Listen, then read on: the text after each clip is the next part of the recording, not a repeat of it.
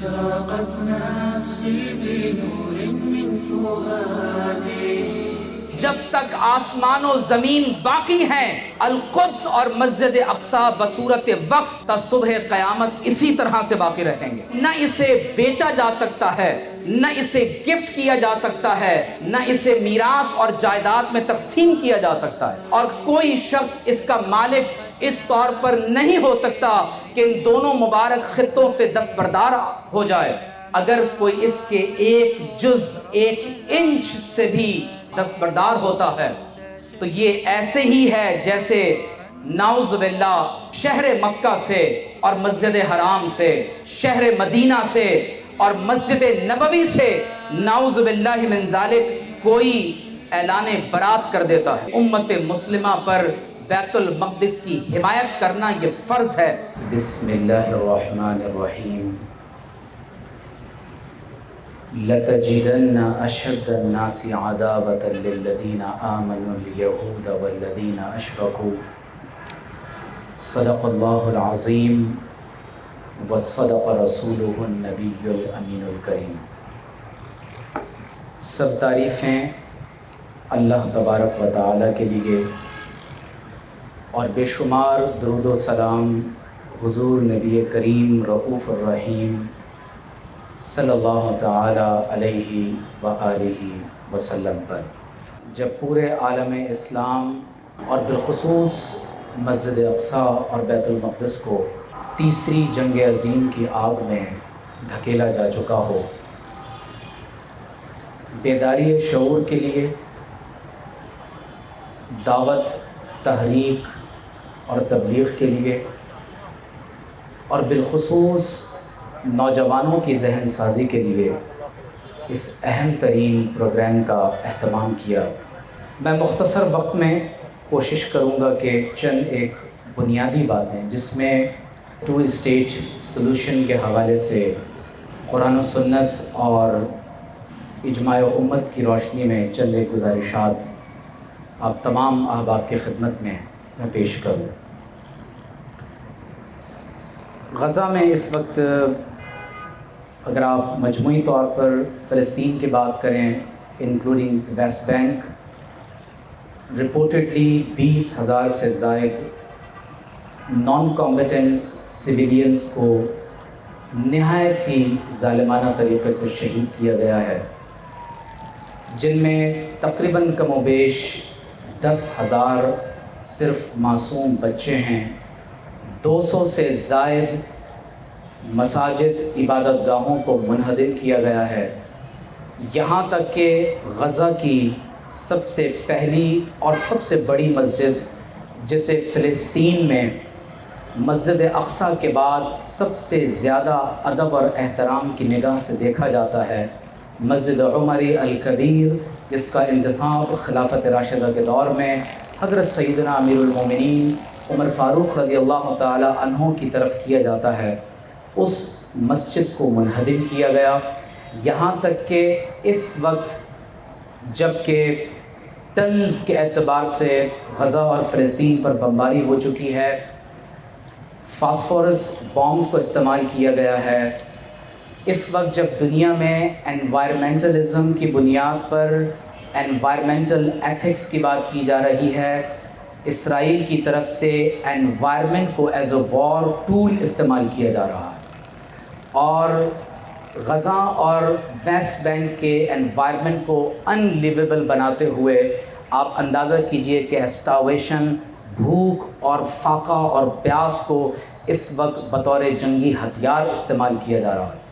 اور کل جب یہ مناظر دیکھے گئے کہ غزہ کے کچھ بچے زمین سے آٹا اٹھا رہے ہیں تو اس وقت دل کے ٹکڑے ہو جاتے ہیں،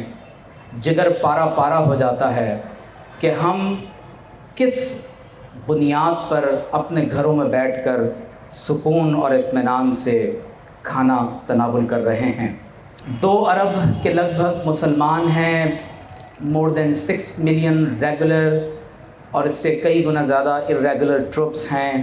لیکن ہمارے اندر وہن پیدا ہو گیا. اگر آپ غور کیجئے جوز کے ساتھ عہد رسالت میں 4 بڑی جنگیں ہوئیں،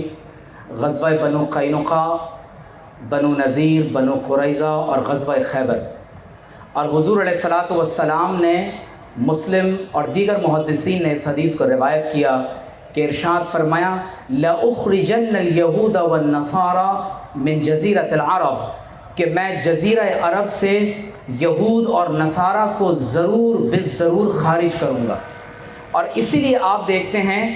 کہ جب حضرت سیدنا امیر المومنین عمر فاروق رضی اللہ تعالی عنہ کے عہد خلافت میں غزہ کو اور بیت المقدس اور فلسطین کو آزاد کروایا گیا، تو باضابطہ طور پر جب آپ نے اہل ایلیا کے ساتھ معاہدہ کیا تو اس میں ایک شق یہ بھی لکھی گئی کہ اہل ایلیا کے ساتھ کسی یہودی کو رہنے کی اجازت نہیں ہوگی، وہ اپنے مذہبی مقام پر زیارت کے لیے تو آ سکتے ہیں، وَلَا يَسْكُنُ مَعَهُمْ أَحَدٌ مِّنَ الْيَهُودِ، لیکن ان کے ساتھ کسی ایک یہودی کو بھی رہنے کی اجازت نہیں دی جائے گی۔ 1917 میں جب یو کے مینڈیٹ کو لیگ آف نیشنز کی طرف سے پیلسٹائن کا مینڈیٹ دیا گیا تو بیلفور ڈیکلیریشن کی صورت میں پہلی مرتبہ 2 اسٹیٹ سلوشن کی بات سامنے رکھی گئی، اور قائد اعظم محمد علی جناح رحمۃ اللہ تعالیٰ علیہ کے اگر آپ بیانات، لیگ کی ریزولوشنز، ان کی تقاریر، انٹرویوز کو اٹھا کر دیکھیں تو وہ بار بار 1917 میں بیلفور ڈیکلیریشن سے لے کر 1947 کی یونائٹڈ نیشنز کی ریزولوشن کو مستقل رد کرتے چلے آئے ہیں۔ آپ غور کیجئے کہ جب خاص طور پر آپ نبی کریم صلی اللہ تعالی علیہ وآلہ وسلم کی سنت کے پیش نظر اس پورے معاملے کو دیکھتے ہیں، 2 اسٹیٹ سلوشن کا مطلب یہ ہے کہ یونائٹڈ نیشنز کی ریزولوشنز کے مطابق فلسطین کو 2 پارٹس میں، ایک عرب پیلسٹائن اور جوئش اسٹیٹ کی صورت میں تقسیم کیا جائے۔ 2000 سال کے بعد یہودی بیت المقدس میں سلطنت عثمانیہ کے اختتام پر جب فرسٹ ورلڈ وار میں ہمیں شکست ہوئی، 1917 میں جنرل ایلنبی بیت المقدس میں داخل ہوا، اور 1923 میں دین اور سیاست میں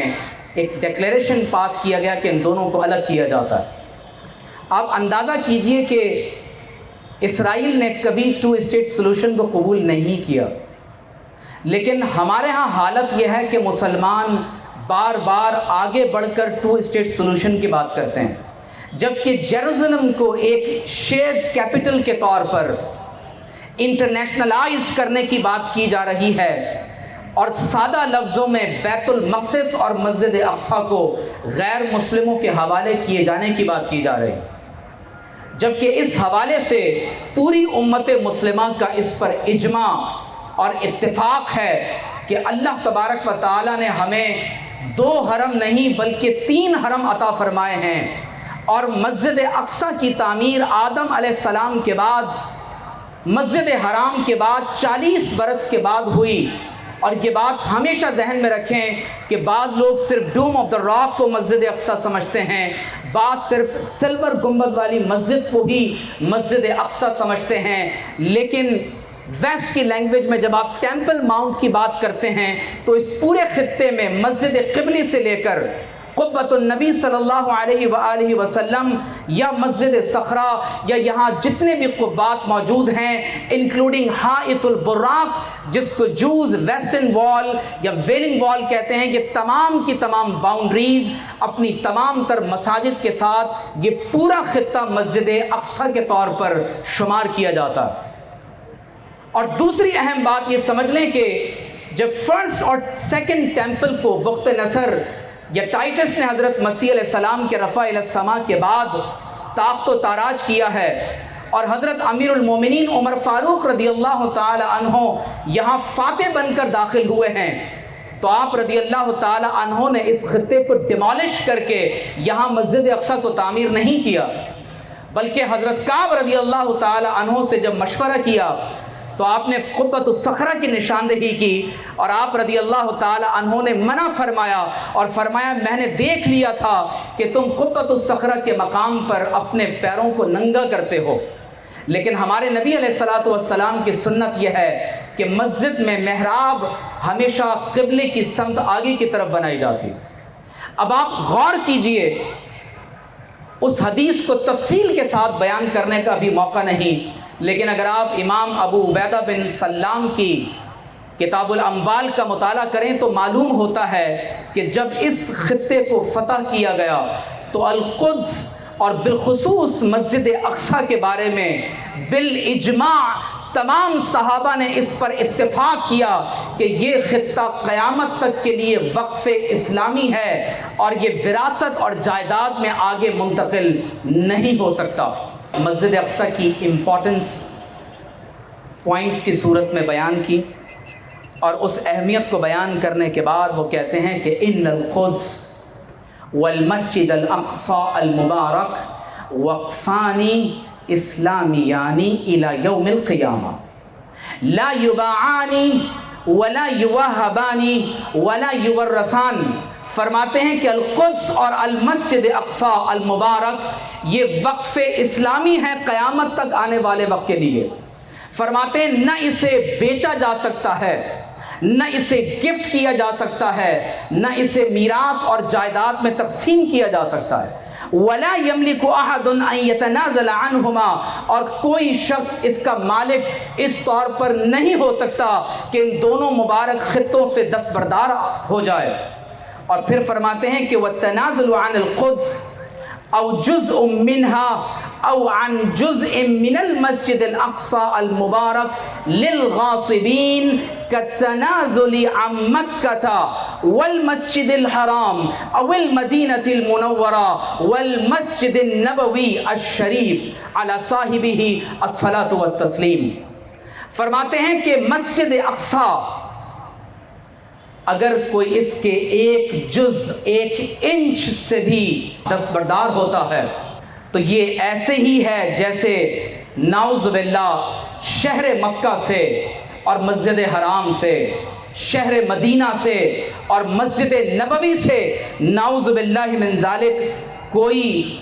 اعلان برات کر دیتا ہے، نعوذ باللہ۔ پھر استدلال کرتے ہیں کہ فَلَا تَهِنُوا وَتَدْعُوا إِلَى السَّلْمِ وَأَنْتُمُ الْأَعْلَوْنَ وَاللَّهُ مَعَكُمْ وَلَنْ يَتِرَكُمْ أَعْمَالَكُمْ وَلَا تَهِنُوا وَلَا تَحْزَنُوا وَأَنْتُمُ الْأَعْلَوْنَ إِن كُنتُم مُؤْمِنِينَ۔ اور پھر فرماتے ہیں کہ فَيَحْرُمُ عَلَى أَيِّ أَحَدٍ أَوْ جِهَةٍ مِّنَ الْعَرَبِ وَالْمُسْلِمِينَ مُسَاعَدَةُ الْإِحْتِلَالِ وتمكينه من توسيع رقعة اغتصاب أرض المسلمين وحماية المسجد الأقصى مهبط الوحي ومصلى الأنبياء وصائر المقدسات وصيانة حقوق الفلسطين من قصر ذلك۔ اب تفصیل بیان کرنے کے بعد کہتے ہیں کہ امت مسلمہ پر بیت المقدس کی حمایت کرنا یہ فرض ہے۔ لا تجد قوما یؤمنون باللہ والیوم الآخر یوادون من حاد اللہ ورسولہ الی آخر الآیہ۔ پھر اسی طرح اگر آپ ہیئۃ کبار علماء فلسطین، اگر آپ ان کے ورڈکٹ کو پڑھیں، وہ کہتے ہیں کہ فلسطین ارض وقف اسلامی علی جمیع اجیال المسلمین الی یوم القیامہ، قیامت تک کے لیے اس خطے کو وقف کر دیا گیا ہے۔ فتحها المسلمون في زمن امیر المؤمنین عمر بن الخطاب رضی اللہ تعالی عنہ وتشاور بشانها مع الصحابہ رضوان اللہ تعالی علیہم اجمعین فاستقر رأیهم على وقف الارض على اجیال المسلمین الى یوم القیامہ۔ اور پھر فرماتے ہیں کہ مع بقاء الارض بأيدي اصحابها ينتفعون بها وبخيراتها وهذا الوقف باق ما بقیت السماوات والارض، جب تک آسمان و زمین باقی ہیں القدس اور مسجد اقصی بصورت وقف تا صبح قیامت اسی طرح سے باقی رہیں گے۔ اور پھر امام طبرانی کی حدیث نقل کرتے ہیں کہ حضور علیہ الصلوۃ والسلام نے فرمایا اہل الشام، اور یاد رکھیں کہ جب بلاد الشام کی بات کی جاتی ہے تو اس سے مراد صرف موجودہ ڈیمسکس اور سیریا نہیں ہے بلکہ لبنان، سوریہ، فلسطین، جارڈن، یہ تمام علاقے اس میں شامل ہیں۔